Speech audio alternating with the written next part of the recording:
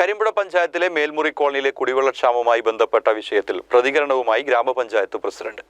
ഇപ്പോൾ പഞ്ചായത്തിൽ 3 വലിയ വാഹനങ്ങളിലായി കുടിവെള്ളം വിതരണം ചെയ്യുന്നുണ്ടെന്നും ജൽജീവൻ പദ്ധതിയിലൂടെ കോളനിയിലേക്ക് വെള്ളം എത്തിക്കുമെന്നും ഗ്രാമപഞ്ചായത്ത് പ്രസിഡന്റ് പറഞ്ഞു.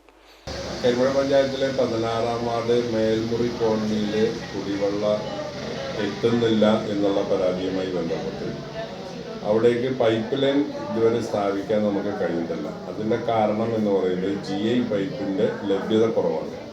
ജലജീവൻ മിഷൻ മെഷർമെൻ്റ് എടുത്ത ടൈമിൽ എടുത്ത GI പൈപ്പ് എല്ലാ ഭാഗത്തേക്കും കൊടുക്കാൻ എത്തിയിട്ടില്ല. ഇപ്പോൾ ഉള്ള അവർ ചെയ്യുന്നത് എന്താ വെച്ചാൽ ഗ്യാപ്പ് വർക്ക് ഫിൽ ചെയ്തുകൊണ്ടിരിക്കുക എന്നുള്ളത് മാത്രമാണ്.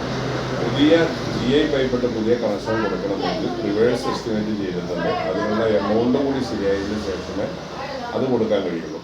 കോളനിയിലേക്ക് ജൽജീവൻ പദ്ധതിയിൽ GI പൈപ്പ് വഴിയാണ് കുടിവെള്ളം എത്തിക്കേണ്ടത്. എന്നാൽ ഇതിന്റെ ലഭ്യതക്കുറവ് കാരണമാണ് പ്രദേശത്തേക്ക് കുടിവെള്ളം എത്താത്തത്. ഇപ്പോൾ ഗ്യാപ്പ് ഫിൽ വർക്കുകൾ മാത്രമാണ് നടക്കുന്നത്. റിവേഴ്സ് എസ്റ്റിമേറ്റിൽ തുക വകയിരുത്തി പൈപ്പ് വരുന്ന മുറയ്ക്ക് നടപടികൾ സ്വീകരിക്കും. ഇപ്പോൾ പഞ്ചായത്തിൽ നിന്ന് 3 വലിയ വാഹനങ്ങളിലാണ് കുടിവെള്ളം വിതരണം ചെയ്യുന്നത്.